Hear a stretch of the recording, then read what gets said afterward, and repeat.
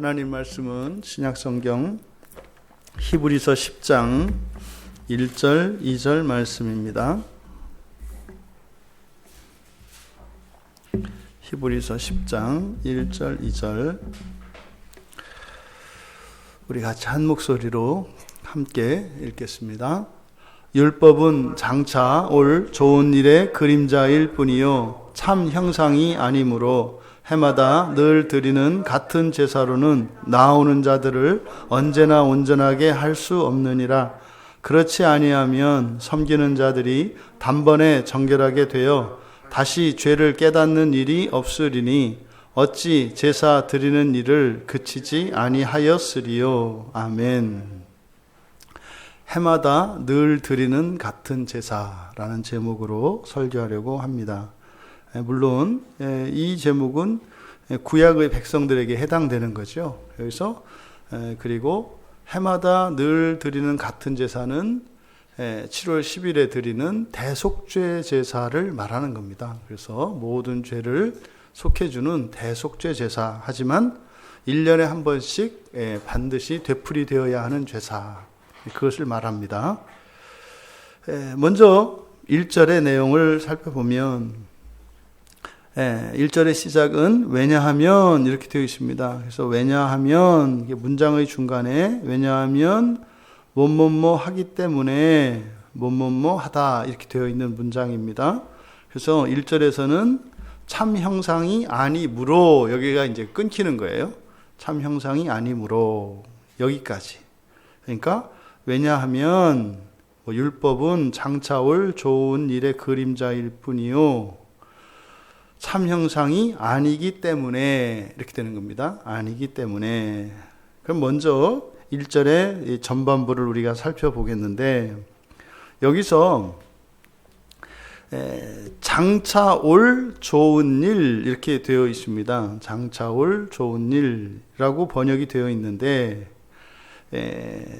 여기서 온다라고 하는 것은 이제 도래하는, 오고 있는, 이게 이제 어디냐면 예수님께서 하나님 나라의 복음을 전하셨을 때 예수님께서 맨 처음 우리에게 전하신 복음이 하나님 나라 복음이지 않습니까? 회개하라, 하나님 나라가 가까이 왔느니라. 가까이 왔느니라. 그때 가까이 왔다라고 하는 것은 미래의 일인데 이미 되어진 것으로 나타내고 있다고요. 가까이 온다라고 하는 것은 성취는 사실은 가까이 왔다 그러면은 왔다는 거예요, 안 왔다는 거예요? 가까이 왔다 그러니까 이미 왔어요, 오기는. 근데 가까이 와서 여기 정말 우리에게 손만 닿으면, 내밀면 닿을 수 있는 곳까지 왔단 말이에요. 근데 또 이게 손에 딱 만져지는 것은 아닌. 그래서 예수님께서 하나님 나라를 말씀하실 때 이미 이 지상에 임한 하나님 나라. 하지만 가까이라는 말을 사용함으로써 완전히 성취되지 않은 것을 나타내셨거든요. 근데 지금 여기서 장차 올이라고 번역된 이게 사실은 이제 막 뭐뭐 하려고 하는 이런 뜻입니다. 미래입니다, 미래. 그런데 이것도 임박한 거예요. 이제 아주 이렇게 지금 이루어지지 않았으니까 미래지 사실은 현재에 가까운 거예요. 지금 제가 이렇게 이제 우리가 말을 할 때 누구에게 무슨 말을 하려면 말이지? 내가 지금 너한테 하려고 하는 말은 할 때 바로 뒤에 할 말이 있지 않습니까? 아직 하지는 않았지만 이미 할 말이 정해져 있죠. 요것을 나타내는 게 장차 올이라고 한 거예요.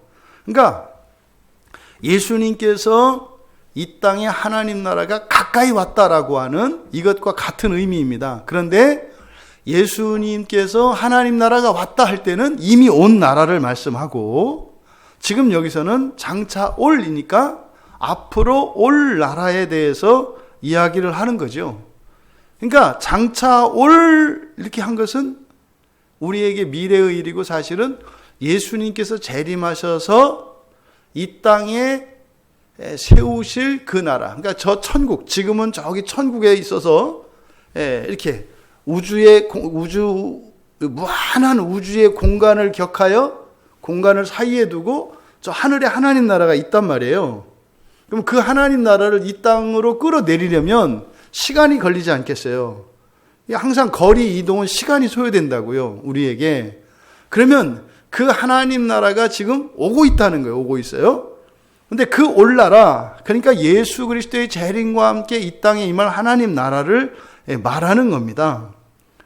그러니까 그리스도와 함께 임할 그 나라의 좋은 일들, 그러니까 좋은 일들이니까요.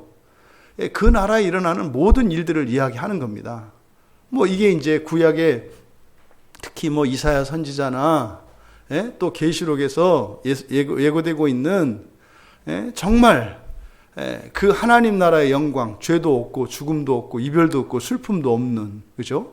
그리고 뭐 독사도 사자도 누구를 해치는 것이 아니라, 그리고 약육강식의 이 자연 법칙에 의해서 힘센 동물들이 힘 약한 동물들을 막 잡아먹는 게 아니라 다시 하나님의 창조 질서가 회복되어서 먹거리로 주신 다 채식입니다.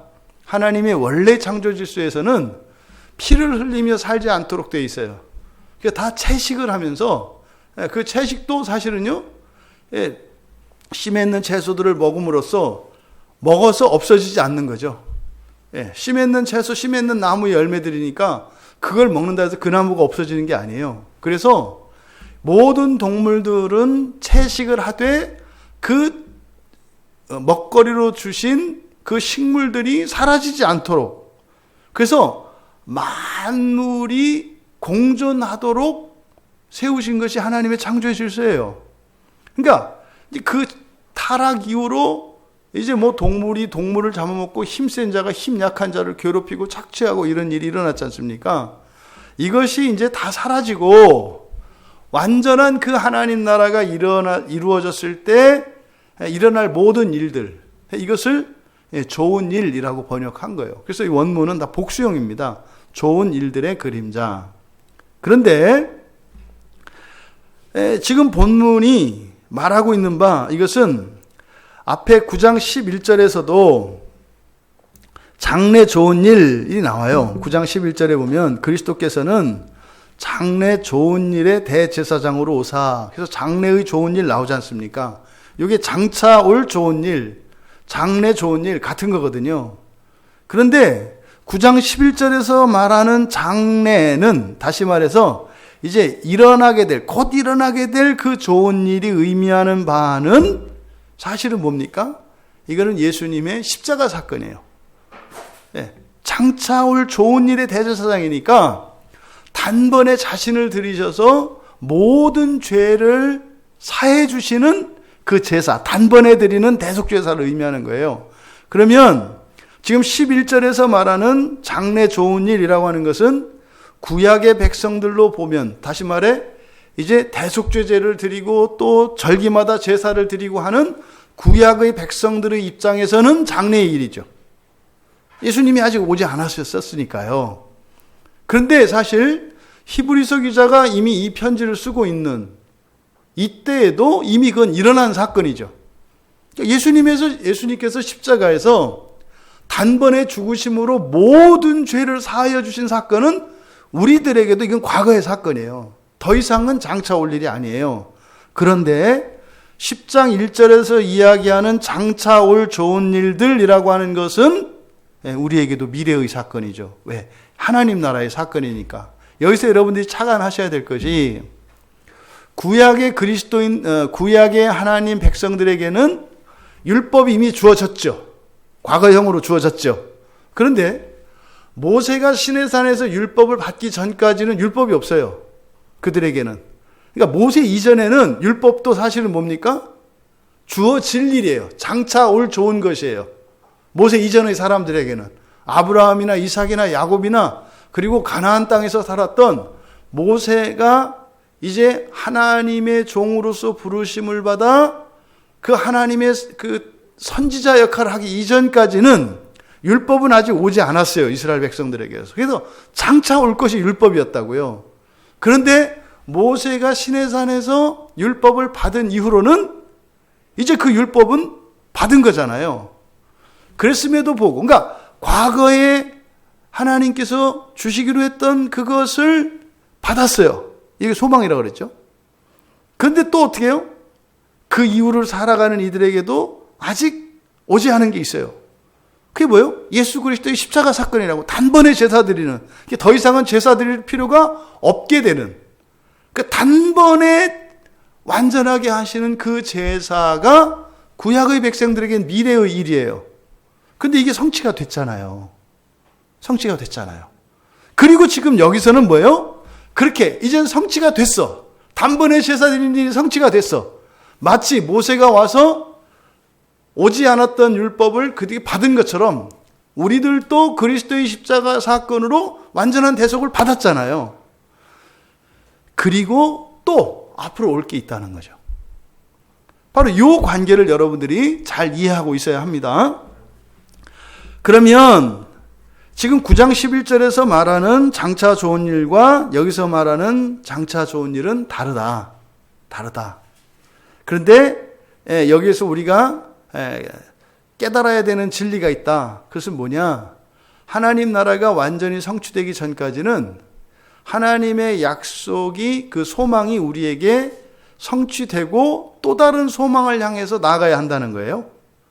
절대로 만족할 수 없고. 그러니까 하나님의 약속은 소망으로 우리에게 주어져요. 그러니까 미래에 있을 일이 우리에게 약속으로 주어지고 그것이 현재에 성취되고, 그러면 또 다른 소망이, 미래에 대한 소망을 하나님이 주셔서 그거를 받으면서 계속적으로 하나님 나라가 올 때까지는 계속적으로 소망을 따라 살아가야 한다는 것을 우리에게 가르쳐 줍니다. 그런데 지금 여기서 그림자라고 되어 있습니다. 그런데 율법은 그림자다. 지금 우리말 성경은 율법은 장차 올 좋은 일의 그림자일 뿐이요, 이렇게 되어 있거든요. 근데 여기서 지금 여기 이제 아주 깊은 해석을 요하는데, 그게 뭐냐면 장차 올 좋은 일의라는 말이 있잖아요. 장차 올 좋은 일의, 이 말이, 그러니까 앞으로 오게 될 좋은 일들의 무엇? 지금 우리말 성경은 그림자라고 한 거예요. 그림자라고 우리말 해놨는데, 그러니까 이것을 수식하는 게 그림자라고 이제 우리말 성경은 번역한 건데, 헬라어 원문을 보면 장차 올 좋은 일의 율법인지 그림자인지 이게 이중적으로 해석이 다 가능해요. 이 말이 그러니까 율법을 꾸밀 수도 있고 그림자를 꾸밀 수도 있다, 이 말이에요. 그럼 지금 우리말 성경에는 그 두 가지 중에서 한 가지만 기록해 놓은 거죠. 그러면 이 율법이 그림자다라는 겁니다. 그림자. 우리말 지금 성경은 율법이 그림자다. 근데 무엇의 그림자냐? 장차 올 좋은 일의 그림자다. 이렇게 번역을 한 거예요. 그런데 만약에 장차 올 좋은 일의라는 말이 그림자가 아니라 율법을 꾸민다면, 그럼 이제 말의 순서가 바뀌는 거죠. 장차 올 좋은 일의 율법은 이렇게 되는 거예요. 근데 여기에 지금 그림자다라고 번역이 되어 있는데, 이게 이제 많이 고민하는 흔적이죠. 근데 여기에 사용된 동사가 가지다라는 뜻이에요. 가지다라는 동사예요. 영어의 have. 우리말로 그냥 갖고 있다, 소유하고 있다, 갖고 있다라는 동사예요. 그러니까 이거는 직역을 하면 지금 우리말 성경을 따라서 직역을 한다면 이렇게 되는 거예요. 율법은 장차 올 좋은 일의 그림자를 가지고 있다, 이렇게 된다고요. 일뿐이요가 아니에요. 가지고 있다. 그러니까 이게 지금 동격이 아니다, 이 말이에요. 율법이 그것의 그림자이다가 아니라 그림자를 가지고 있다라고요. 그러니까 이게 지금 해석이 좀 어려우니까 그 동사를 아예 바꿔버린 거예요. 그러니까 가지고 있다를 이다로 바꿔버렸죠. 이거는 굉장히 잘못된 거죠.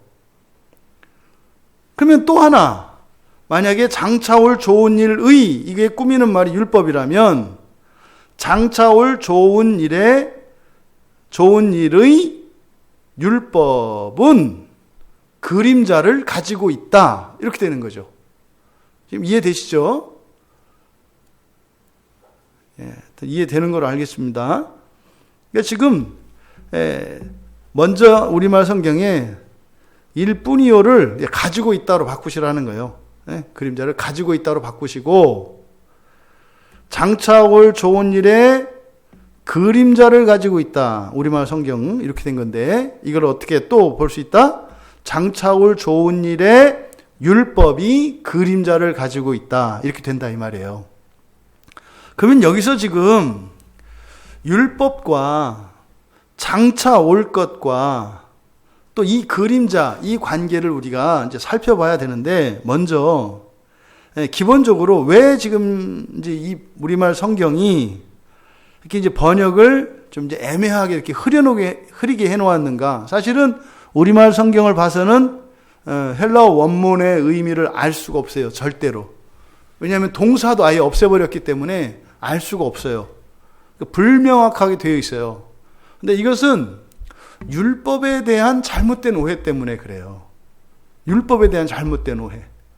그러니까 어느 한쪽으로는 이제 우리 교회, 그리스도인들에게 적용을 할 때 여전히 예수를 믿는 사람들인데 예수를 믿더라도 율법을 지켜야 구원받는다 이런 생각을 가지고 있는 사람들이 있어요. 이게 여러분들도 이런 생각이 있어요. 여러분들이 뭐 범죄하거나 또 여러분이 가지고 있는 약점들이거나 이런 것이 아직 완전히 회개되어서 우리의 본성이 바뀌기 전까지는 또 괜찮을 때는 뭐 그냥 편안하다가 이게 또 실제로 우리 일상생활 속에서 어떤 사건을 일으킬 때는 그것 때문에 자기 자신의 신앙까지도 의심하는 일이 일어난다고요. 우리 자신에게도. 그러니까 이게 지금 율법을 지켜야 구원받는다는 말이에요. 또 다른 사람들도 마찬가지잖아요. 아주 평소에는 아주 경건한 그리스도인과 같아서 정말 존경받을 만한 분이었는데 말도 안 되는 큰 범죄를 저질렀어요.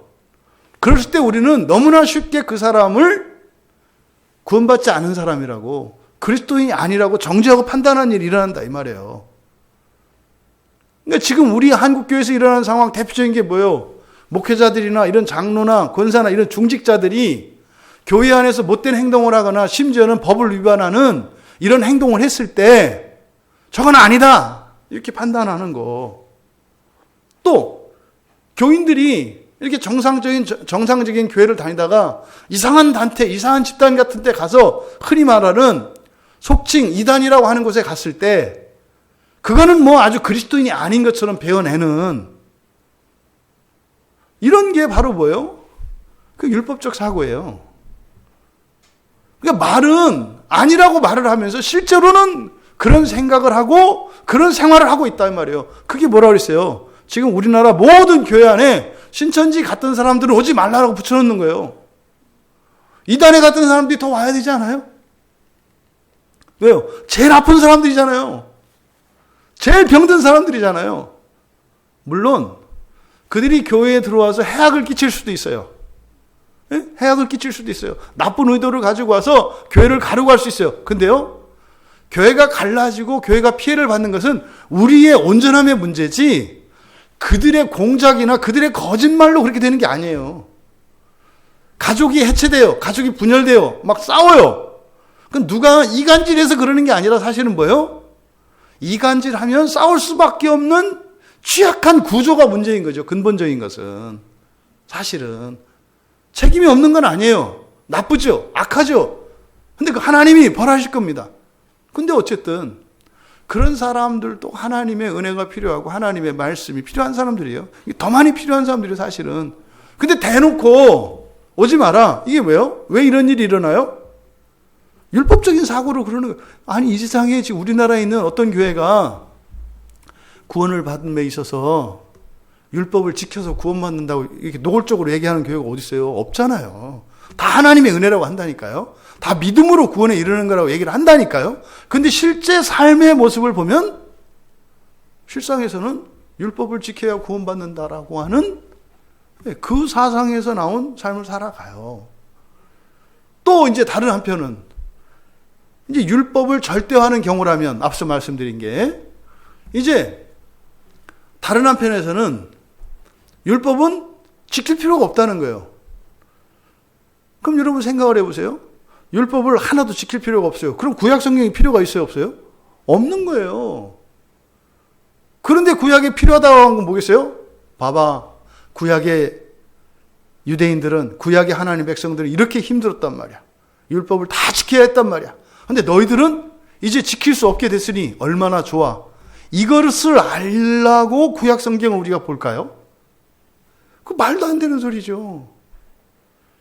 그러니까 율법에 대한 심각한 오해, 이렇게 치우침, 이것을 좀 우리가 정리하고 넘어가야 됩니다. 과연 그러면 성경에서 그러면 율법에 대해서 뭐라고 말씀을 하고 있는가? 정확한 이해를 가져야 돼요. 왜? 안 그러면 그 율법에 내가 온전하지 못한 사람이라고 하는 이것 때문에 나 자신을 정죄하고 다른 사람을 정죄하는 일이 있어서는 안 되고, 또 뭐 율법은 뭐 전혀 우리와 상관이 없는 것처럼, 아주 폐기된 쓸모없는 것인 것처럼, 이렇게 뭐 구시대적인 것처럼 이걸 완전히 율법을 폐기시켜 버림으로써 하나님의 뜻과는 전혀 상관이 없이 방종하며 살아가게 하는 일이 일어나지 않도록 하기 위해서 율법, 성경에서 우리에게 주시는 율법에 대한 정확한 가르침이 뭔지, 이걸 우리가 정리하고 넘어가야 된다. 율법은요, 구약 성경에서 여호와 하나님께서 주신 거예요. 그죠? 하나님이 주신 것은 상대적인 것이 아니라 절대적인 겁니다. 절대적인 거예요. 절대적인 거. 그러니까 여호와께서 주신 율법은 모세에게만 주신 것도 아니고 이스라엘 사람들에게만 주신 것도 아니고 모든 사람들에게 주신 거예요. 율법은. 그리고 그때 잠깐만 필요하고 없어지는 게 아니라 모든 시대의 모든 사람들에게 주시는 말씀인 거예요. 그래서 여호와의 율법은 절대적인 기준입니다. 근데 원래부터 율법이 사람에게 주어질 것은 아니었어요. 만약에 타락하지 않았다면 사람에게 율법은 필요가 없어요. 타락했기 때문에 율법이 주어졌어요. 그걸 갈라디아서 3장 19절에서 명확하게 규정한다고요. 율법은 범법함으로 더하여진 거다 그래요. 그러니까 원래는 없어도 되는 거예요. 율법은. 만약에 에덴 동산에서 아담과 하와가 하나님의 말씀에 순종했더라면 굳이 우리에게 율법이 주어질 필요가 없어요. 그러니까 범죄했기 때문에 범죄한 자들을 구원하시기 위해서 필요한 죄로 말미암아 부과된 은혜가 바로 율법인 거죠. 그래서 이 율법은 누구에게 필요하냐? 의로운 자들에게는 필요 없어요. 왜요? 그 법이 아니라 그냥 살아가는 거니까. 이 세상에 만약에 어떤 법이 있는데요, 눈을 깜빡거려야 된다라고 하는 것을 법으로 만드는 일이 있을까요? 만약에 그런 거를 법으로 만든다면은 자유를 제한하기 위한 거죠. 아니, 눈을 깜빡거리고 숨을 쉬고 이거는 그냥 개인에 따라서 알아서 하는 거 아닙니까? 근데 그거를 법으로 정했어요. 1분에 100번 이상은 눈을 깜빡거리면 안 된다. 그래서 100번 넘을 때마다 한 번에 10,000원씩. 그래서 그거를 카메라로 촬영해서 찍어 오면은 반을 보상금으로 주겠다. 이런 걸 법으로 만든다면 어떻게 되겠어요? 근데 만약에 눈을 깜빡거리는 1분에 몇 번 이상 깜빡거리라라고 하는 것을 법으로 만들었다면 왜 그렇겠어요? 법으로 강제하지 않으면 눈을 깜빡거릴 수 없기 때문에 하는 거죠. 근데 지금 우리와 같은 사람들에게 이런 것을 법으로 강제하면 안 되는 거죠. 그러니까 하나님은 실수가 없지 않습니까? 그러니까 하나님께서 이렇게 법을 주신 것은 우리 스스로 할 수 없기 때문에, 본래의 기능을 따라 우리가 살 수 없기 때문에, 하나님이 우리를 정말 존귀하고 영광스럽게 창조하셨는데 그렇게 살 수 없기 때문에, 그렇게 살 수 있도록 하나님께서 절대적인 기준으로 제시해 주신 것이 율법이에요. 그러니까 완전한 사람에게는 그 법이 필요가 없어요. 그래서요, 디모데전서 1장 9절에서 10절에 보면 누구에게 율법이 필요한가를 아주 쓸데없이 너무 세세하게 기록한다 싶을 정도로 그걸 쭉 열거를 해요. 예? 의로운 사람들 위해 세운 것이 아니라 불법한 자, 복종하지 않는 자, 경건하지 아니한 자, 죄인, 그리고 거룩하지 아니한 자, 망령된 자, 아버지를 죽이는 자, 어머니를 죽이는 자, 살인하는 자, 음행하는 자, 남색하는 자, 인신매매하는 자, 거짓말하는 자, 거짓 맹세하는 자, 기타 바른 교훈을 거스르는 자를 위함이다. 이게 뭐예요? 한마디로 그냥 죄인들을 위해서 율법이 주어진 거다. 이렇게 말씀을 하고 있어요. 그러니까요, 이 율법이라는 것은 죄인들이 스스로 죄인이라는 것을 깨닫고, 그리고 이렇게 불행하고 고통스러운 인생에서 벗어나 행복하고 형통한 삶을 살아갈 수 있도록 하나님께서 우리에게 베풀어 주신 은혜의 방편이에요.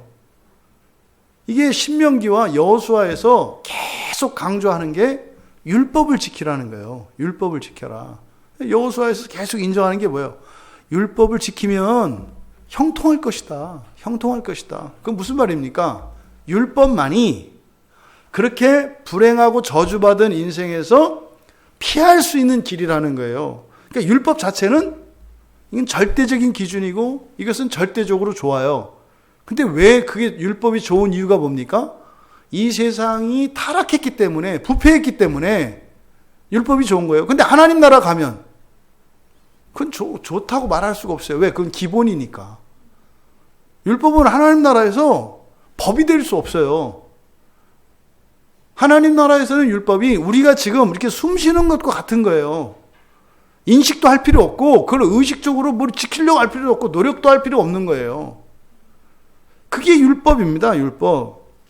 그래서 죄인된 하나님의 자녀들이 죄로 인해서 완전히 오염된 이 세상을 살아갈 때 거기에서 고통을 최소화하고 복된 삶을 살도록 인도하는 것이고, 또 그것을 통해서 하나님을 사랑하고 하나님께 돌아갈 수 있도록 내어주신 길이에요. 그래서 여호수아 22장 5절에서는 죄에서 돌이켜 하나님을 사랑할 수 있게 한다 그래요. 율법을 지키는 게 하나님을 사랑하는 거다 그래요. 그러니까 율법이 좋은 겁니다. 좋은 거. 그런데 이걸 자칫 율법을 또 절대화하면 안 되는 거예요. 이 율법이라고 하는 것은 하나님께서 주신 말씀이기 때문에 절대적이에요. 절대적이에요. 근데 보세요. 시편 119편 142절에서 주의 율법은 진리다 그래요. 그럼 진리는 무슨 말입니까? 영원한 거죠. 진리라는 말은 영원한 거예요. 그리고요, 모든 사람에게 적용되는 거예요. 언제나 모든 곳에서 모든 사람에게 적용되는 게 진리예요. 그럼 주의 율법이 진리래요. 그럼 주의 율법은 사라져요, 안 사라져요? 안 사라지는 거예요. 왜? 진리니까. 그리고 여호와의 말씀이니까 안 사라져요. 그래서 그러잖아요. 예? 주의 율법에서 점 하나 획 하나 떨어지는 것보다 하늘과 땅이 없어지는 게 더 쉽다 그래요. 그러니까 율법은 없어지는 게 아니에요. 그런데 율법은 어떻게 됩니까? 법으로서의 율법이죠. 법으로서의 율법. 그러니까 법의 조문으로서, 그러니까 법적 강제력을 갖는 법으로서의 율법은 사라져요. 그러니까 하나님 나라에서는 율법이 법이 안 된다니까요. 그냥 자연스러운 거기 때문에. 아니, 우리나라 법을 뭐 시민은 매일 숨 쉬어야 한다. 뭐 매일 눈을 깜빡거려야 된다. 어쨌든 자야 된다. 이런 걸 법으로 정해놓냐고요. 그거 안정하잖아요. 당연한 거니까. 법이라고 안 하잖아요. 근데 지금 타락한 이 세상에서는 이게 마치 강제적이고 우리의 자유를 구속하는 것처럼 받아들여져요. 그게 율법이라고요. 근데 세상이 완전히 회복되고 나면 법도 아닌 거죠. 그러니까 율법 자체는 영원합니다. 근데 법으로서의 그 율법은 폐해지는 거죠. 그러니까 율법 조문이, 그러니까 법으로서, 법의 조문으로서 율법은 없어지지만 율법에 있는 내용은 안 없어진다고요. 그대로 다 돼요. 그대로 다. 그래서 성경에서 율법에 대해서 말씀하는 바, 이것은 사실 뭡니까? 이 율법 진리라는 걸 여러분은 항상 인식하셔야 돼요. 그래서 구약에 있는 이런 율법 안에는요, 좋은 게 있어요, 그 안에. 근데 그걸 문자적으로, 이 대표적인 계명, 지금 우리 안식일을 지켜라 했을 때 토요일을 안식일로 지켜라, 이게 문자적으로 지키는 거잖아요. 그게 아니라고. 안식일을 지키는 것은 진리예요. 일주일 중에서 하루를요, 특별히 구별해서, 안식일로 구별해서 지키는 것은 진리예요. 근데 율법의 조문에는 어떻게 되어 있어요? 토요일, 제7일을 안식일로 지키라 되어 있잖아요. 이게 조문으로서의 율법이죠. 그러니까 토요일을 우리가 절대적으로 토요일을 안식일로 지킬 필요는 없다. 그렇다고 해서 토요일을 안식일로 지킬 필요가 없다 해서 아예 안식일을 지킬 필요가 없다 이렇게 하면 안 된다 이 말이에요. 이게 지금 교회 안에서 일어나고 있는 일이에요. 사람들이 왜 주일에 교회 안 나와요? 안식일 안 지켜도 된다고 생각하니까. 그러니까 토요일을 안식일로 지키지 않아도 되는 거지, 안식일 자체를 지키지 않아도 되는 게 아니다. 안식일은 지켜야 된다니까요. 그건 영원한 거예요. 새하늘과 새 땅에서 하나님과 영원히 살아갈 그것이 첫 창조 세계에서는 안식일로 나타나요. 그러니까 일요일은요, 반드시 지켜야 되는 거예요. 나라에서 하지 말라 해서 안 하고, 여러분 나라에서 저 천국 가지 말고 지옥 가라면 갈 거예요? 그것도 다 아니라고 할 거라고요. 근데 주일날은 왜 안 나와요? 그거하고 천국 가는 거, 지옥 가는 거하고는 다를 거라고 생각을 하는 거예요. 주일날 교회 바깥에 있으면요, 그게 지옥이에요. 이 세상에서는 별거 아닌 것처럼 느껴지지. 그게 뭐예요? 가마솥에 빠진 개구리 아닙니까? 에? 밑에서 지금 장작이 불 붙어서 슬슬슬 타고 있는, 그 가마솥에 물이 뜨끈뜨끈해지는, 거기서 좋다고 헤엄치고 있는 개구리 모습이에요. 누가? 주일에 교회 안 가는 사람들. 이걸 협박한다고 하지 마세요. 율법적이다 하지 마세요. 그게 율법이에요. 법으로서의 율법이 아니라 그게 진리라니까요, 진리. 주일을 포기하면요, 천국을 포기하는 거라니까요. 그렇다고 해서 우리가 천국을 잃어버리는 거 아니죠. 지옥에 풍덩 들어갔다 나온다는 얘기예요. 그 얘기는.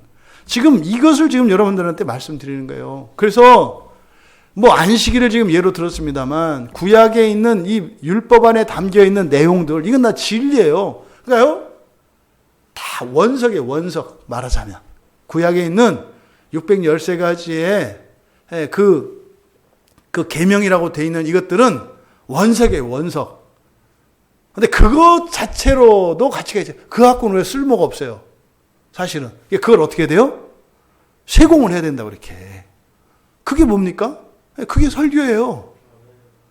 구약 성경에 있는 그 진리를 가져다가 현재적으로 우리 상황에 맞도록, 왜요? 시대에 따라서, 문화에 따라서 의미나 이게 바뀐다고요. 근데 그 안에 담겨 있는 의미들은 진리라고요. 진리예요. 그 유익을 누리도록 하는 게 설교자죠. 그래서 이 설교자는 영원히 안 없어지는 직업이라고요. 시대가 바뀌면 바뀔수록 거기에 맞추어서 진리의 의미들을 재해석해서 전달을 해야 되거든요. 이건 기계가 절대로 할 수 없어요. AI가. 그런 염려는 안 하셔도 돼요. 성경 공부는 시킬 수 있죠, AI가. 이 있는 내용들을 시험 보고 이렇게 하는 거는 기계가 얼마든지 할죠, 문답식으로. 하지만 거기에 있는 이런 진리를 드러내는 일은 사람만 할 수 있는, 사람만. 율법은 이런 것이다. 율법의 의미를 여러분들이 지금 이렇게 일일이 다 다룰 수는 없습니다만, 해서 율법이라고 하는 것은 사실은 그런 거죠. 심판을 위한 법이 아니라 하나님 나라, 우리가 지향해야 할 하나님 나라의 그냥 일상생활을 적어 놓은 거예요. 근데 이 세상에서는 그게 버거운 율법이 돼요. 그냥 하나님 나라 일을 조금만 이렇게 이 세상에 가르쳐 준 건데, 그게 이 세상에서는 그게 엄청난 법이라고요. 그거 갖고 지금 뭐 지켜야 되느니 말해야 되느니 이렇게 싸울, 예? 그런 거죠. 돈 가지고 생각해 보세요. 지금 우리가 살고 있는 2021년 요때와, 예? 지금부터 한 50년만 거슬러 올라가도 상상도 할 수 없는 일이 일어나잖아요. 상상도 할 수 없는 일. 이게 뭐예요? 뭐 대표적인 거? 음식물 쓰레기예요. 음식물 쓰레기를 아껴야 한다, 뭐 해야 한다. 이런 얘기를 그때 당시 할 필요가 없어요. 할 필요가 있어요, 없어요? 50년 전에? 아이고, 음식물이 뭐예요? 썩은 시체도 신밥도 물에 헹궈서 먹던 때인데, 지금은 호텔 그 뷔페에서 남은 엄청난 그 고급 음식들도 이게 또 잘못하면은 뭐 이게 책임이 자기들에게 온다고 하니까 차라리 줄 바에는 쓰레기로 버리는 게 안전하다. 버리는 이 시대에 일어나는 일을 50년 전에 얘기한다면은요, 웃기는 얘기예요. 말도 안 되는 얘기죠. 임금님 밥상이나 올라갈 그런 음식들을 막 버린다고? 예? 이게 상상도 할 수 없는 거죠. 그러니까 이 시대에서 여러분들이 이제 과거로 가서 그런 얘기 하는 거죠. 앞으로 이렇게 가면 뭐 음식물도 막 버리고 이런 날이 올 거요. 그래서 지금부터 작은 음식 하나라도 귀하게 여겨야 돼요. 귀하게 여기고 말고 없어요. 그거 지금 없어서 못 먹고 죽겠는데. 그러니까 하나님 나라에서 일어나는 당연한 일들을 몇 가지만 잠깐 얘기해 준 거예요, 이 세상에. 근데 그게 이제 우리는 막 이거를 뭐 절대로 지킬 수 없다느니, 은혜가 아니면 안 된다느니, 막 뭐 해서 이걸 하겠다, 뭐 고행을 한다느니, 뭐 해서 웃기는 거죠. 지금 애들이 쓰는 용돈이 50년 전 거슬러 한 집 생활비보다 커요. 상상할 수 없게 돼 있잖아요. 그뿐입니까? 지금 우리 가는 스리랑카만 가도 그래요. 애들 용돈의 반도 안 되는 거 가지고 4인 가족이 살잖아요. 그런 거예요. 그런 거. 그러니까 율법을 너무 그렇게 거창하게 생각하지 마셔라. 참 우리가 비참한 상태구나. 이거는 뭐 생각도 안 하는 거라는데, 근데 생각하면 오히려 이렇게 막 눌리는 율법. 예? 이 율법에 대한 의미를 여러분들이 바로 아시기 바랍니다. 율법은 그냥 하나님 나라에서는 그냥 자연스러운 거예요. 그냥 특별한 의미가 되는 거 아니에요. 그러니까 그때는 법이 아니죠. 법이라고 할 수 없죠. 이것을 여러분들이 기억하셔야 돼요. 하지만 율법이 조문으로서 문자적으로 그대로 적용되는 것은 아니다. 네? 이거를 이제 잘 기억하시고 이제 본문으로 돌아가서 그랬잖아요. 지금 우리말 성경의 순서를 따르면 이게 장차올 좋은 것들의 그림자를 가지고 있다. 뭐가? 율법이 이렇게 돼 있잖아요. 율법이 장차올 좋은 것들의 그림자를 가지고 있다. 이렇게 되어 있잖아요. 그러니까 이게 무슨 말입니까? 율법이 담고 있는 내용이 율법이 가지고 있는, 그러니까 율법 내용이잖아요. 율법의 각 조문들, 또 심지어는 여기서 제사법과 관련해서 제사를 드리는 대속죄를 드리는 전체 그 절차 안에 있는 내용들 있잖아요. 제물을 잡고 대제사장이 그것을 가지고 지성소에 들어갔다가 나오고 하는 이런 모든 절차, 요 안에 있는 내용, 이것들의 율법이 그것들의 아니죠.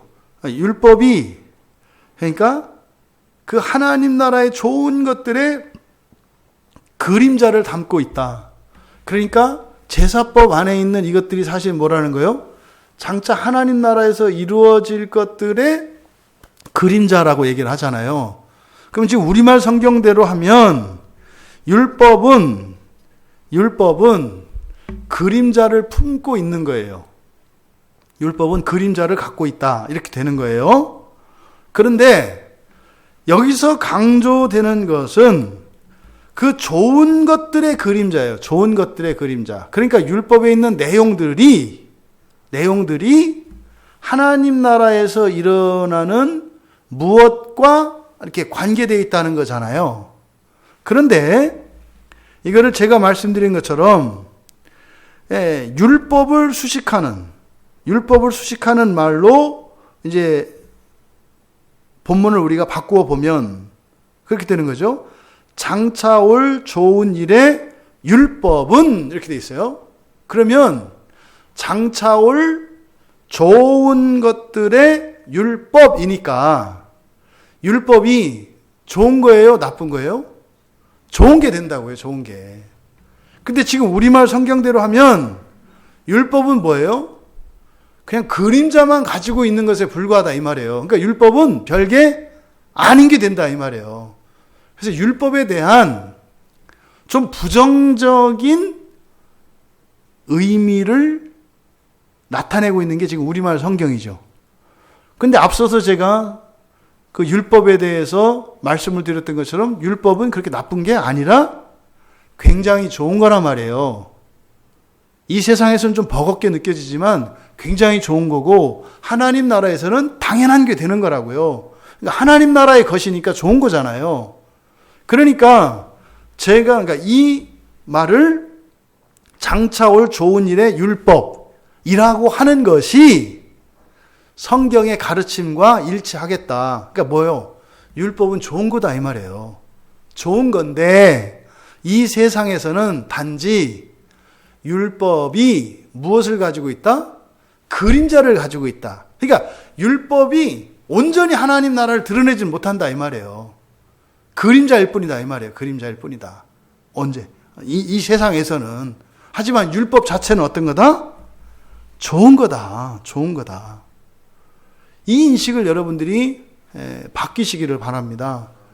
율법은 없어지면 안 돼요. 율법이 없어져야 된다고 하면은요, 구약 성경에 없어도 된다고 하는 말이 돼요, 자꾸. 그러면 율법은 없어도 된다라고 말하는 사람들이 구약 성경은 있어야 된다라고 말을 해요. 그러니까 이율배반적인 말이다 이 말이에요. 율법은 필요 없는데 구약 성경은 있어야 돼라고 하는 말의 의미는 뭐라 그랬어요? 신약의 그리스도인과 구약의 이스라엘 백성들을 비교했을 때 그들이 얼마나 어려웠는지를 알게 해서 우리가 얼마나 편하고 좋은지 행복하고 감사한지를 알도록 하려고 하는 이런 기능을 한다고 얘기하는 것과 다르지 않다. 이거 말도 안 되죠. 그러면 구약의 이스라엘 백성들은 차별을 받았나요? 그리스도인들과? 하나님은 공평하시다면서요. 그러면 안 되잖아요. 구약의 백성들은 신약의 그리스도인에 비해서 불공평한 대우를 받았을 것 같으세요? 아니라니까요. 바꿔 말하면 여러분들이 만약에 초대교회로 가거나 구약으로 가면 지금과 다른 신앙생활을 할 것 같으세요? 아니라는 거예요. 여호수아가 이 시대에 왔어요, 지금. 그러면은 더 잘할 것 같으세요? 아니라는 거예요. 항상 똑같아요. 모든 사람은, 모든 시대에 태어난 모든 사람은, 또 모든 다른 환경에서 태어난 모든 사람은 항상 동일 조건에서 신앙생활을 해요. 동일 조건에서. 이걸 잊지 마시라고. 또 예를 들어서 이 세상에 태어나서 5년 살다가 죽은 아이가 있어요. 어떤 사람은 100년 살다 죽은 사람이 있어요. 그럼 5년 살다 죽은 아이는 신앙생활에 있어서 불이익이 있을까요? 없어요. 없다고. 이게 신비예요. 그러니까 어떤 사람도 하나님 앞에서 나는 억울해요. 나는 이랬어요. 이렇게 핑계할 자가 없다니까요. 이걸 여러분들이 기억하셔라. 그래서 지금 1절에 전반부를 해석을 바로잡을 필요가 있다는 거죠. 그래서 왜냐하면 장차 올 좋은 일들의 율법. 그러니까 뭐예요? 하나님 나라에 일어날 일들이라는 거죠. 율법이. 그것은 하지만 이 세상에 주어진 거잖아요. 그것은 그림자를 가지고 있기 때문에. 그리고 바로 뒤에 참 형상이 아니므로 이렇게 돼 있잖아요. 이것도 아니므로가 아니라 그림자를 가지고 있지 형상을 가지고 있지는 않다 이렇게 되는 거예요. 그러니까 지금 그림자와 형상이 가지고 있다의 목적어가 됩니다. 그래서 율법이 그림자를 가지고 있다. 그러나 형상을 가지고 있는 것은 아니다. 이렇게 되는 거예요. 그러면 뒤에 지금 우리말 성경에는 이제 빼놓은 게 생략한 게 있습니다. 참 형상은 아니므로 이렇게 이제 번역이 되어 있는데 참 형상이 아니므로라고 번역이 되어 있는데 여기서 우리말 성경에 지금 빠진 내용이 뭐냐면 실상이라는 말이 빠져 있어요. 실상의 형상, 실상의 형상을 갖고 있지 않기 때문에 이렇게 되는 겁니다. 그래서 이 실상이라고 번역한 것은 이제 프라그마라고 하는 헬라어를 그렇게 번역한 건데 우리말 성경에서는 아예 없애버렸어요. 이거를 참이라는 말로 번역을 했는데 이것은 맞지가 않아요. 이렇게 하면. 참 형상은 아니므로 그럼 뭐예요? 거짓 형상이다. 뭐 이렇게 우리가 받아들이잖아요. 참은 참이 아니다 그러면 거짓이잖아요. 그런 얘기가 아니에요. 여기서는. 참 형상 이렇게 하면 안 되고 실상의 형상을 갖고 있지 않다라는 의미예요. 실상의 형상을 갖고 있지 않다.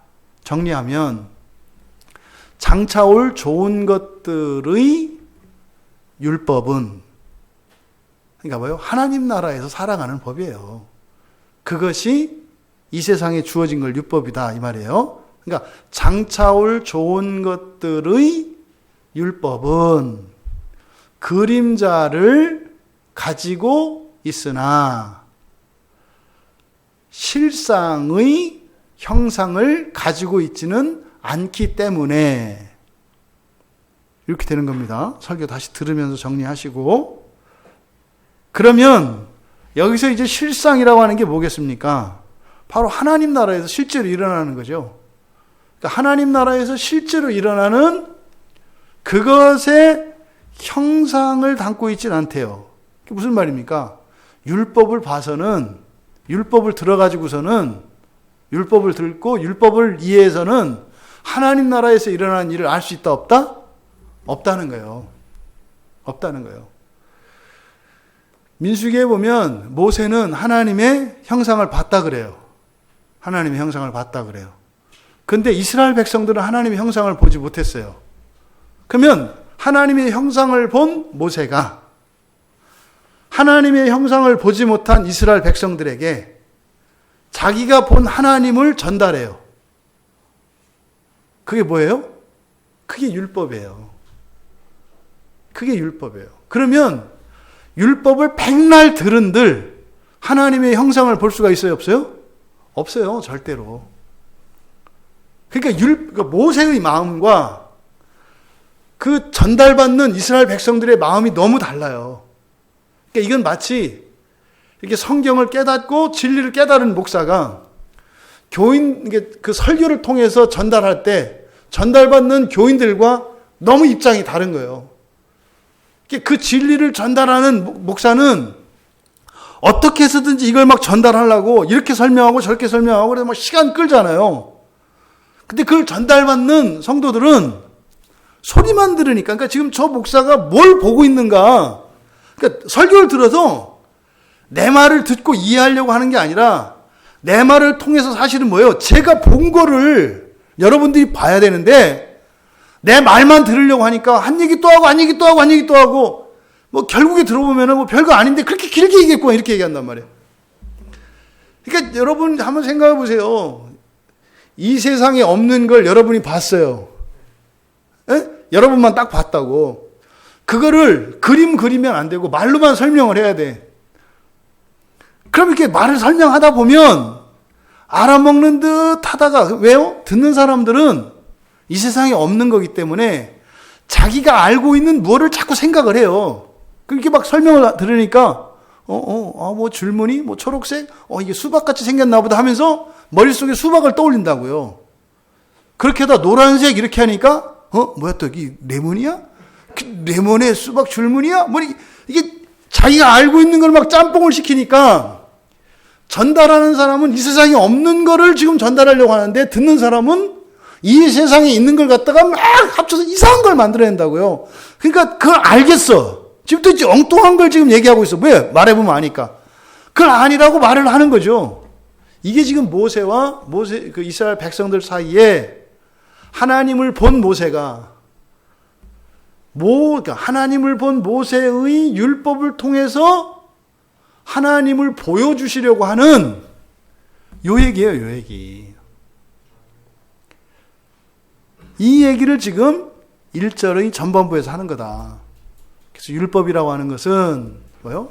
하나님 나라에 속해 있는 거 맞아요. 하나님 나라 거예요. 그런데 이 세상에 그 하나님 나라의 것이 이 세상으로 왔는데 그 율법이라고 해. 근데 그렇다 하더라도 이 율법으로는 그걸 보여줄 수가 없어요. 그래서 이 그림자를 가지고 있다 얘기를 하는 거예요. 그림자를 가지고 있다. 그림자 가지고 그 원래 그림자의 원주인인 원형을 알 수가 없어요. 왜요? 그림자는 늘리기도 하고 좁히기도 하고 할 수 있는 거죠. 아니, 빛을 이렇게 내리면은 키가 길어지는 거 아니에요. 위에서 비추면은 뭐 이렇게 조그마하더니 뭐 이런 거 아니에요. 절대로 그림자는요, 형체가 없는 거예요, 그림자는. 일시적으로 어떤 모양을 갖지만 형체가 없어요. 물보다도 형체가 없죠, 그림자는. 그래서 율법만으로는 하나님을 볼 수가 없어요. 하나님 나라를 볼 수가 없어요. 그 얘기를 지금 한 거예요. 그렇기 때문에 하나님 나라에 속해 있는 그 율법이 그림자를 가지고 있고 그 실상의, 하나님 나라의 실상의 형상을 가지고 있는 것은 아니기 때문에, 그러니까요, 하나님 나라에 대한 얘기인데 율법을 들어서 하나님 나라를 아는 일은 이거 오직 성령의 역사로만 되는 거예요. 사람의 머리로는 알 수 없다 이 말이에요. 이거죠. 여러분들이 막 설교를 들을 때 막 설교에 몰입이 돼. 예? 시간 가는지 몰랐어. 그리고 막 여러분의 감정과 여러분 지성과 또 막 이런 결단, 의지의 결단 이게 막 생겨. 왜요? 본 거예요. 어렴풋하게나마 그 하나님 나라의 좋은 것들을, 그 실상을 여러분들이 설교를 들어서 아는 게 아니라 뭐예요?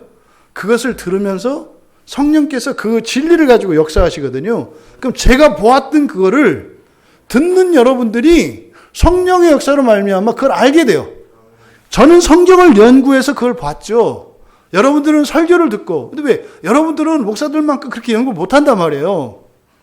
그러니까 여러분들은 설교를 들으면서 성령께서, 어젯밤에 내가 설교 준비할 때 성령께서 나를 통하여 보게 해주셨던 그 진리를 설교를 들으면서 여러분들이 동일한 것을 보게 하신단 말이에요. 이때 내 얘기다, 이렇게 하는 거예요.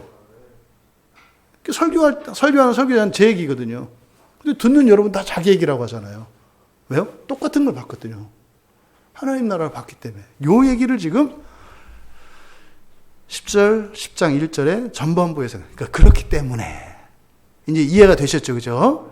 네. 그렇기 때문에 어떻다? 해마다 늘 드리는 같은 제사로는 나오는 자들을 언제나 온전하게 할 수 없느니라. 여기도 이제 하나씩 좀 먼저 떼놓고 하나씩 좀 잘라서 살펴봐야 되는데, 해마다 늘 드리는 같은 제사로는, 이게 뭐냐면 이렇게 하면 뜻이 드러나지 않아요. 이거는 이제 제가 사역을 한 겁니다. 이렇게 번역을 해야 돼요. 같은 제사를 해마다 영원히 드리는 것으로는. 이해가 되시죠? 1년에 한 번씩 대속죄 제사를 드리잖아요. 그거를 영원히 한다고 치자 이 말이에요. 1년에 한 번씩 그렇게 똑같이 율법에 따라서 그걸 영원히 드린다. 그렇게 해가지고서는 이런 뜻이에요. 이게. 요거를 지금 해마다 늘 드리는 같은 제사로는 이렇게 되기 때문에 의미가 안 드러나요. 1년에 한 번씩, 영원히 1년에 한 번씩 제사를 드린다고 치자. 그것으로는 안 된다 이 말이에요. 여러분들이 일주일에 한 번씩 교회 나와서 예배를 영원히 드린다고 치자고요. 그것으로는 안 된다 이 말이에요. 여러분이 매일매일 시간을 정해놓고 그 시간을 기도한다고 치자고요. 그거를 영원히 한다고 해서 되는 게 아니다 이 말이에요. 여러분들이 회개를 하루에 10번씩 매일같이 하루에 10번씩 영원히 회개한다고 치자고요. 그것으로는 안 된다 이 말이에요. 그 얘기를 지금 우리말 성경에서는 해마다 늘 드리는 같은 제사로는 이라고 번역을 했다. 그래서 이렇게 하면 안 되고 같은 제사를 해마다 영원히 드리는 것으로는 1년에 한 번씩 영원히 해봐야 안 된다 이 말이에요. 그것으로는 나오는 자들을 온전하게 할 수 없다. 그러니까 1년에 한 번이든 매일 한 번이든 매일 100번이든 그를 영원히 한다고 해서 온전하게 할 수는 없다. 이 얘기를 하는 거예요. 왜요? 율법이라는 게 하나님 나라에 속해 있는 것이긴 하지만 단지 율법은 그림자만 가지고 있고 그 실상의 어떤 형상도 가지고 있지 않기 때문에 율법을 완벽하게 이 세상에서 지킨다고 한들 그것으로 완전하게 되는 것은 아니다. 이 말을 지금 하려고 하는 거예요. 그럼 여기서 나오는 자들은 누구겠습니까? 제사를 드리기 위해서 나오는 사람들이죠. 그러니까 헌제자들이에요. 헌제자들. 그럼 이제 대속죄제 날이 돼서 대속죄일이니까 그날 예물을 들고 몸을 정결히 하고 옷을 빨아 입고 필요한 예물들을 들고 나와서 속죄를 받으러 나오는 사람들이에요. 이게 오늘날로는 예배자들이에요. 오늘날은 예배자들. 그런 사람들을 온전하게 할 수 없다. 여기서 온전하다. 여러분들이 이제 잘 아는 단어예요, 이제는. 바로 텔레이오. 텔레오스죠. 완전한이라고 하는 텔레이오. 텔레이오는 뭡니까? 목적대로 다 된 것을 말해요. 그러니까 목적대로 되다. 완성되다. 그러니까 이것을 우리 사람들에게 할 때는요, 예정대로 되다. 이런 거죠. 근데 예정은 뭡니까? 하나님께서 세워놓으신 계획을 말하는 거예요. 그러니까 예정대로 되다. 이게 텔레이오예요. 이게 온전하게 하다라는 말이.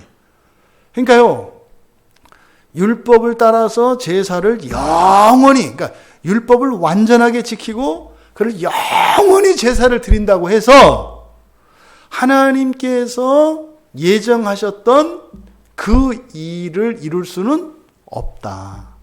없다. 이 얘기를 지금 하고 있는 거다. 왜 이렇게 할 수 없어요? 왜 이렇게 할 수 없습니까? 이거는 이제 구약의 제사법을 따라서 생각해 보세요. 구약의 이스라엘 백성들이 제사를 드려요. 그래서 1년의 죄를 다 용서를 받아요. 지난해 죄를 다 용서를 받아요? 나와서 또 죄 짓잖아요. 또 죄 져요. 그래서 어떻게 해요? 내년에 또 다시 계속 반복해서 죄를 지을 수밖에 없는 존재예요. 지금 용서를 받아도 금세 또 죄를 지을 수밖에 없다니까요. 그러니까 왜 그런 일이 일어날까요? 제사가 사람의 본성을 바꾸지는 않아요. 다만 죄 용서만 해줄 뿐이에요. 본성을 바꾸지 않기 때문에 그 사람은 또 그런 환경, 그런 조건이 주어지면 어떻게 돼요? 또 넘어질 거고 또 범죄할 거예요. 그러니까 죄를 이길 수 있는 힘, 이게 뭡니까? 사실은 죄를 이길 수 있는 힘은요, 성령이죠. 이게 보통 은혜라고 하는데, 은혜라고 하는 거지 성령이에요, 성령. 성령께서 우리 안에 오지 않으시면 죄를 이길 수가 없어요. 그러니까 예수님의 제자들을 보세요. 사도들조차도 예수님에게 이런 권능도, 귀신을 막 쫓아내고 말이죠, 병을 거치는 이런 권세도 다 받았잖아요. 그런데요, 본성이 안 바뀌어요. 본성이 안 바뀌어요. 번번이 또 넘어지잖아요. 또 도망가잖아요. 그래서 예수님이 뭐라고 하셨어요? 기다리라고 그랬어요. 뭐 할 때까지? 성령이 임할 때까지. 그러니까 성령은 근본적으로 죄를 이길 수 있는 힘이에요. 근본적으로. 우리가 죄를 이길 수 있어요. 이렇게 귀신을 이길 수 있어요. 왜요? 우리 안에 성령이 있기 때문에. 그러니까 구약에서 제사를 드려가지고요, 성령이 임하는 일은 없어요. 구약에서. 근데 우리의 예배 가운데서는요, 핵심이 뭐예요? 제사를 드리는 게 목적이 아니라 성령 충만을 받는 게 목적이죠. 우리가. 그래서 이때까지 구약의 백성들이 제사를 드려서는 완전하게 하지 않아요. 왜요? 우리의 본성을 바꾸는 일들이 일어나지 않거든요. 2절로 가면 이제 그렇지 아니하면 섬기는 자들이 단번에 정결하게 되어 다시 죄를 깨닫는 일이 없으리니 어찌 제사 드리는 일을 그치지 아니하였으리요. 여기서 먼저 그렇지 아니하면 이라고 하는 말입니다. 여기서 그렇지 아니하면 이라는 말은 이런 거예요. 만약에 율법이 온전하게 할 수 없는 것이 아니라면, 율법이 온전하게 할 수 없는 것이 아니라면, 이게 뭡니까? 온전하게 할 수 있다면 이 말이죠. 그러니까 그렇지 아니하면 이건 어떤 의미예요? 온전하게 할 수 있다면 이런 거죠. 온전하게 할 수 있다면, 그러니까 지금 1절에서 율법은 온전하게 할 수 없다 그랬잖아요. 여기에 대해서 이제 이의를 제기할 수 있잖아요. 반문할 수 있잖아요. 아닌데 온전하게 할 수 있는데 이렇게 이제 반문을 제기할 수 있잖아요. 왜 그래요? 왜 그런 반문을 제기할까요? 내가 예수를 믿고 또 구약의 백성들로 보면은 내가 옛날에 아주 못된 사람이었고 율법을 하나도 안 지켰었는데 나는 해마다 율법 지키고 이렇게 하다 보니까 내가 괜찮은 사람이 되던데? 이런 경험들이 실제로 있다고요. 구약에서도. 이런 일들이 있죠. 망나니 같았던 사람이 정말 아주 거룩한 성인 군자가 되는 일이 일어나잖아요. 그런 사람들이 여기에 대해서 반문할 수 있어요. 아닌데? 율법은 온전하게 할 수 있던데? 내가 경험했는데? 왜 이런 거예요. 그럼 만약에 그러면 온전하게 할 수 있다면 율법이 그렇게 온전하게, 여기서 온전하다라고 하는 것은 사람의 됨됨이를 말하는 게 아니라고 그랬죠. 하나님의 예정, 그러니까 다시 말해서 우리의 본성을 완전히 바꾸어서, 그러니까 사실은 여기서 온전하게 되는 게 뭡니까? 신화 상태예요. 하나님의 완전한 자녀가 되는 걸 말하는 거거든요. 만약에 율법이 그렇게 할 수 있다면, 이런 거예요. 그렇게 할 수 있다면, 섬기는 자들이 단번에 정결하게 되어, 그러니까, 만약에 그렇게 할 수 있다면, 이제 우리말은 이제 문장의 맨 뒤로 갔습니다만, 제사 드리는 일이 중단되었을 것이다. 이거예요. 만약에 그렇게 제사를 드려서 사람을 완전하게 할 수 있었다면, 뭐였을 거다? 제사를 그러면 중단됐어야지, 이 말이에요. 근데 제사 중단되지 않고 계속 하고 있잖아. 그럼 뭐예요? 그게 완전하게 할 수 있는 것은 아니었다는 증거잖아. 이 말이에요. 그러면 어떻게 제사 드리는 일이 중단이 되느냐? 그거를 이제 두 가지로 설명을 한 겁니다. 첫째, 다시 죄를 깨닫는 일이 없을 것. 여기서 죄를 깨닫는 일이 없다라고 하는 것은 그러니까 죄 짓는 일이 없다는 뜻이에요. 다시는 그러니까 자신의 행동이 범죄한 것이다라고 하는 것을 깨닫는 일이. 그러니까 뭐겠습니까? 내가 또 죄를 졌네? 그러니까 다시는, 그러니까 자기 자신이 죄를 짓는 일이 없을 것이며 이런 뜻이에요. 죄를 깨닫는다라고 하는 것이 자기의 행동 안에 문제가 있다는 것을 인식하는 걸 말해요. 그래서 이렇게 첫 번째로, 그러니까 죄를 깨닫는다. 그러니까 내가 죄를 지었다고 하는 이런 죄의식 자체가 죄의식을 가진 사람이 없게 된다는 뜻이에요. 그러니까 뭐예요? 뭐를 해도 율법에 딱 맞아. 뭐 이런 거죠. 또 두 번째로, 섬기는 자들이 단번에 정결하게 되어, 이건 뭐냐면 단번하게 정결하게 된 헌제자들로 말미암아. 그러니까 제사 한번 딱 드렸을 때 완전히 정결하게 됐어. 그러니까 뭐예요? 죄도 없고 허물도 없어졌어. 그래서 어떻게 되는 거예요? 그 이후로 살아갈 때 한 번도 죄를 짓지를 않아. 이런 뜻이에요. 그럼 보세요. 만약에 여러분이 구약의 이스라엘 백성인데 대속죄 제사를 드렸어요. 근데 완전히 그날 정결하게 됐어요. 그래서 죄도 없고 허물, 약점도 없고 뭐가 없어. 그러니까 나오니까 그냥 성경이야. 나오니까 성경이야 그냥. 근데요, 그게 나뿐만이 아니야. 네. 이제 사람들이 제사 드리고 온 사람은 다 그래. 그럼 이 사람이 내년에 대속죄제를 드릴 필요가 있어요, 없어요? 없다 이 말이에요. 그러면 제사가 끊어졌겠네. 만약에 율법이 온전하게 할 수 있었다면 제사가 필요가 없겠네. 그러니까 뭐요? 제사장들은 손가락 빨고 있는 거죠. 왜? 죄를 짓는 사람이 없어. 다 율법대로 살아. 요 얘기를 하는 거예요. 요 얘기. 그러니까 너희들 구약의 역사를 보면 계속 제사를 드렸잖아.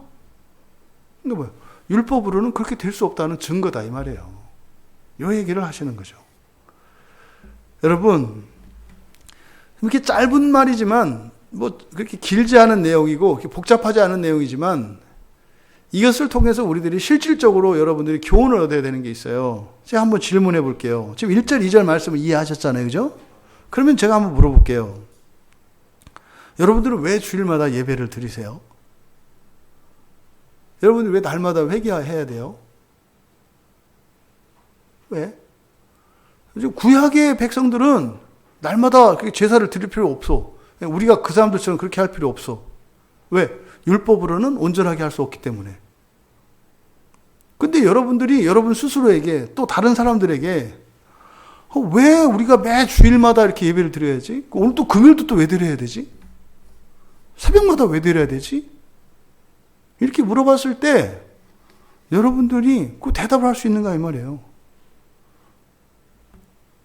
사실은 이 질문 안에 이렇게 함정이 들어있는 질문이죠. 사실은 이런 질문은 그리스도인들에게는 할 필요가 없는 질문이에요. 이걸 바꾸어서 말하면 이런 거예요. 내가 구원 받았나? 내가 과연 의롭다 칭함을 받았나? 내가 칭의가 됐나? 이런 질문은 사실은 그리스도인들에게 필요 없는 거예요. 이런 질문은 누가 가지고 있는 질문이에요? 구약 사람들이 가지고 있는 질문이에요. 내가 과연 이 제사를 온전히 드렸나? 제사를 드리고 나오면서 내가 진짜 죄 용서를 받았나? 이게 지금 율법 아래서 살아가는 구약의 백성들이 가지는 질문이에요. 이 질문을 그리스도인들이 하고 있어요. 근데 또 우리들이 이 질문을 할 필요 없는 이유가 뭐예요? 우리는 예수 그리스도를 믿음으로 의롭게 되었어요. 의롭게 됐다고요. 의롭다 함을 받았느니라. 의롭다 칭함을 받았느니라. 이렇게 하면 안 된다고 그랬죠? 이게 지금 번역이 잘못되어 있어서 그렇다고요. 너 의롭지 않은데 내가 의롭다고 해줄게. 이런 거죠. 나한테 빚을 진 사람이에요. 그럼 내가 빚 탕감해 줄게 이렇게 생각한다고요. 여러분 빚을 탕감해 주면 어떻게 돼요? 그 사람이 나에게 빚은 다시 그러니까 있었던 빚은 없어졌죠. 근데 앞으로 또 빚질 거예요. 왜? 그 사람의 삶의 방식이나 이런 사고방식이 빚지는 사람이에요. 그 사람은. 그러니까 이 빚을 지금 없애준다고 해서 문제가 해결되는 게 아니에요. 당장 급한 건 해결되지. 갚을 게 없으니까. 근데요. 1년 지나보면 다시 빚지고 있을 거예요. 왜요? 그 사람의 근본 자체가 안 바뀌면 다시 또 빚진 사람이 돼요. 그러니까 이 빚의 문제는 두 가지. 밀린 빚을 갚아야 되는 문제 있어요. 또 하나는 다시는 빚지지 않는 사람이 돼야 돼요. 이 두 가지가 다 돼야 된다니까요. 그러니까 단지 이게 빚만 탕감받는 이게 아니에요. 그러니까 칭함, 의롭다 칭함을 입었느니라 할 때 그거는 뭐요? 빚 없는 거로 쳐줄게 이런 의미예요. 아니라니까요. 의롭게 되었다 이게 무슨 말이에요? 빚도 그냥 탕감해 준 게 아니라 갚은 거예요. 누가? 하나님이. 그리고 내가 그 사람이 어떻게 바뀐 거예요? 이제는 빚지는 사람이 아니라 오히려 다른 사람에게 빚을 지우는 사람이 된 걸 말하는 거예요. 그러니까 의롭게 됐다는 의미는 과거에 무슨 이런 과거를 청산했다 이런 게 아니라 과거를 청산했을 뿐만 아니라 과거와는 정반대되는 다시 말해서 없던 능력도 가지게 된 것을 의미하는 거예요. 이게 의롭게 됐다는 거예요. 그러니까 우리는 의롭게 되었기 때문에 이게 정말 뭐 이렇게 됐나? 이런 걸 따질 필요가 없다. 에? 이걸 여러분들이 기억해요. 그러면 다시 한번 질문으로 돌아가서 그럼 우리가 의롭게 됐어요. 근데 우리는 예배를 드려야 돼요? 안 드려야 돼요? 드려야 되잖아요. 왜 드려야 하냐 이 말이에요.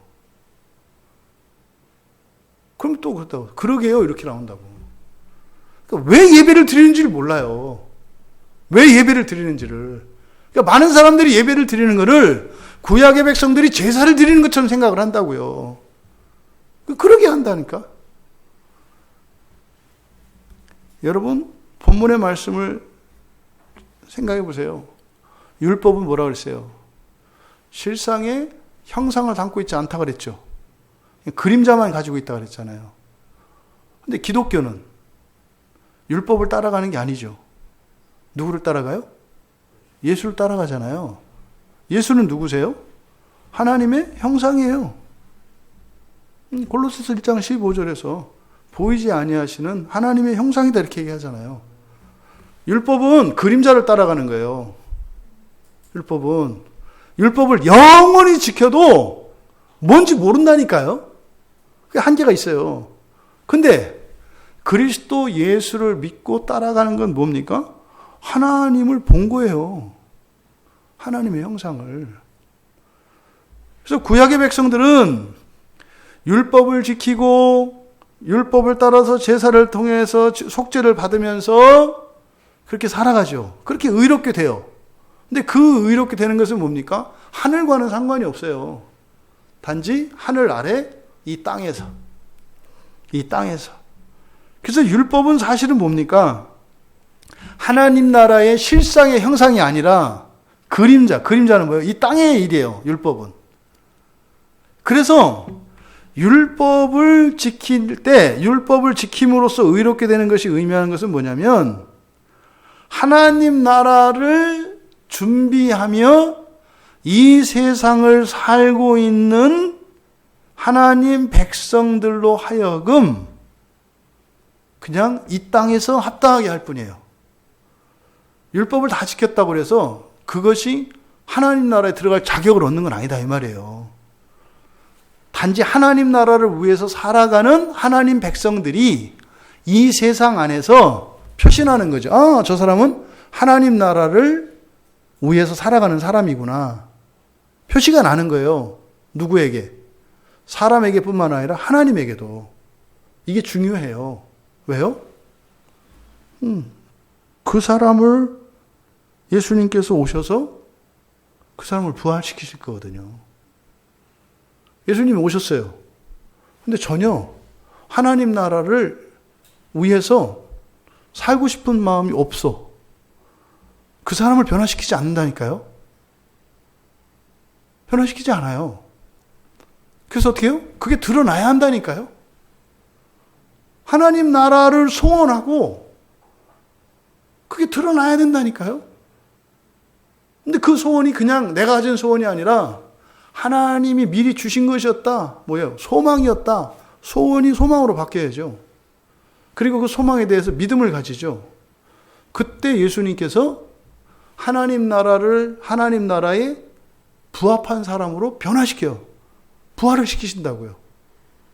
그래서 우리가 이 세상에서 예배를 매일 주일마다 이렇게 예배를 드리고 새벽으로 수요일로 금요일로 또 여러분이 뭐 집에서 개인 경건 생활하는 이유가 여기에 있어요. 우리들 또 예배를 드려요. 예배를 드리는 목적은 뭐예요? 이미 예수님께서 십자가에서 이루셔서 우리의 속죄를 다 해주셨는데 그것을 위해서 예배 드리는 게 아니라니까요. 그건 이미 이루어진 일이라니까요. 우리는 무엇을 위해? 장차올 좋은 일. 장차올 좋은 일. 그 하나님 나라를 위해서 우리들은 예배를 드려야 돼요. 그러니까 구약의 백성들은 절기를 지키고 이렇게 하는 것은 뭐예요? 속죄를 위한 거예요. 속죄를 위한 거. 우리는 속죄를 위한 게 아니에요. 또 의롭게 되기 위한 게 아니에요. 이미 됐어요. 언제? 예수님이 십자가에서 죽으실 때, 그리고 여러분이 예수를 믿었을 때 의롭게 됐어요. 그 의는 여러분뿐만 아니라 여러분을 타고 여러분의 가족과 가문에게까지 이렇게 간다니까요. 중요한 것은 뭐예요? 미래에 장차 올 좋은 것, 하나님 나라라니까요. 그 나라에 부합한 사람이 되기를 원하고 그렇게 해주시기를 하나님께 구하며 살아가는 거예요. 그러니까 그리스도인은 누굽니까? 의롭게 된 사람이에요. 그러니까요, 뭐 칭의 성화 논쟁이라고 하는데, 뭐 그래가지고 계속 의로워지는 사람이다, 뭐 이렇게 얘기를 하대. 일단 의롭게 된 사람이에요. 의로움이 있어요, 우리에게는. 그래서 무조건 죄인이다, 이렇게 하시면 안 된다니까요. 우리에게는 그리스도의 의가 있어요, 우리에게는. 의로움이. 근데 그 의는 뭐 하는 겁니까? 우리가 하나님 나라의 실상을 위해서, 또 우린 봤잖아요, 예수님을. 정확하게 이 신약 성경의 복음에서는 예수님을 묘사하고 있어요, 이렇게. 율법과 달라요. 율법은 시내산에서 보았던 하나님의 영광을 모세가 써놓은 거예요. 근데 그 율법 봐가지고 그 시내산에 있던 하나님의 영광이 보입니까? 안 보이잖아요. 근데 신약 성경에서 이 복음서에서는요, 정확하게 예수님이 나타나잖아요. 상상이 되잖아요. 아, 이때 예수님 이렇게 하셨겠는걸? 아, 이때 예수님 표정이 이러셨겠다. 아, 이때 예수님의 마음이 어떻겠다. 감정이 어떻겠다. 이거 다 느끼잖아요. 그래서 이걸 복음서라고 하는 거예요. 우리가 예수님이 우리에게 주신 그 의로움으로 그 하늘의 좋은 것들의 실상이신 예수 그리스도를 닮도록 살아갈 수 있는 힘이에요. 뭐가? 그 의가. 또 우리 안에 성령이 계셔서 죄를 이길 수 있는 힘을 주시고 예수님을 닮아갈 수 있도록 하시죠. 왜 우리가 그러면 주일 예배를 드려요? 한마디로 말하면 거룩한 삶을 살아갈 수 있도록 예수님이 우리를 의롭게 해주셨기 때문에 우리가 예수님을 닮아가기 위해서 예배를 드리는 거예요. 그거는 중단될 수 없어요. 물론 예배 드리는 그것으로 예배를 영원히 드린다 할지라도 그게 되는 것은 아니다. 그것을 통해서 사실은 우리에게 나타나는 것은 뭐예요? 그 나라를 원한다는, 그 나라를 원한다는 표시예요. 표시. 그 어떤 의미가 있어요? 주님이 오시는 날에 그날 부활시켜 주시니까. 이것을 여러분들이 기억하시기 바랍니다. 그래서 구약의 백성과 신약의 백성 사이에 공통점과 차이점이 존재해요. 그래서 설교의 제목이 해마다 늘 드리는 같은 제사이지 않습니까? 이거를 예배로 바꾸면 그리스도인이에요. 예배로 바꾸면. 그래서 구약이나 신약이나 이렇게요, 늘 계속 드려야 되는 예배가 있어요. 늘 드려야 되는 예배가 있다고요. 그러니까 우리가 믿음으로 의롭게 되었다 그래서 예배를 드리지 않아도 된다. 이런 거짓말에 속지 마시라고요. 모이지 않아도 된다. 이거 완전히 사기꾼이에요. 왜요? 우리로 하여금 하나님을 닮아가는 일을 좀 더 포기하게 만들어요. 여기 속으시면 안 돼요. 그래서 어떻게 해요? 우리는 예수님을 계속 닮아가며 살아가야 돼요. 닮아가며. 물론 그것으로 되는 것은 아니다. 그렇죠? 이루어 주셔야 돼요. 이루어 주셔야 돼요. 그래서 우리가 은혜 안에서 살아가야 됩니다. 그러니까 구약의 백성이나 신약의 백성이나 하나님을 끊임없이 예배하며 은혜 안에 살아가야 돼요. 그리고 구약의 백성이나 신약의 백성이나 우리들의 그런 행위를 가지고 완성되는 것은 아니에요. 그건 아니에요. 그건 하나님 주권에 달려 있어요. 그래서 구약의 백성들이 그렇게 해마다 그 제사를 반복했던 목적이 뭡니까? 의롭게 되기 위한 거예요. 의롭게 되기 위하여. 근데 우리 그리스도인들은 이렇게 주일마다, 때마다 계속 이렇게 해야 되는 것은 뭡니까? 하나님의 자녀가 되기 위한 거예요. 하나님의 자녀가 되기 위한 거예요. 의롭게 되기 위한 게 아니에요. 하나님 자녀가 되기 위한 거예요. 그래서 하나님 자녀가 되어가며 우리는 더 의로워지죠. 그럼 과연 우리들이 이렇게 반복적으로 실천하는 이런 우리의 이런 신앙의 행위들, 이것이 어떤 의미인지, 또 구약의 백성들과 신약의 그리스도인 사이에는 어떤 차이점과 공통점이 있는지, 그리고 이 율법의 그 의미, 구약의 백성들에게도 율법은 중요해요. 신약의 백성들에도 율법은 중요해요. 근데 구약의 백성들은 단지 그림자로서만, 하늘의 것이지만 그림자로서만 그들에게는 받아들여져요. 근데 우리는 하나님의 형상이신 예수 그리스도를 통해서 그림자였던 그 율법이 우리에게는 실체가 돼요. 그래서 율법이 이런 거구나. 그래서 구약에 있는 율법을 예수 그리스도의 관점에서 재해석해야 되는 거죠. 오늘 말씀을 통해서 여러분들에게 우리들의 이런 일상의 신앙생활의 그런 바른 의미와 가치들이 바로 정립되었기를 바랍니다. 그래서 그냥 의무에 이끌려서 억지로 하는 이런 것이 아니라, 꺼려지는 신앙생활이 아니라 정말 기뻐 뛰며 즐거워하며 주체적으로 열정적으로 교회 나오고 성경 보고 찬양하고 설교 듣고 할 수 있는 우리 모두가 되기를 주님의 이름으로 축원합니다.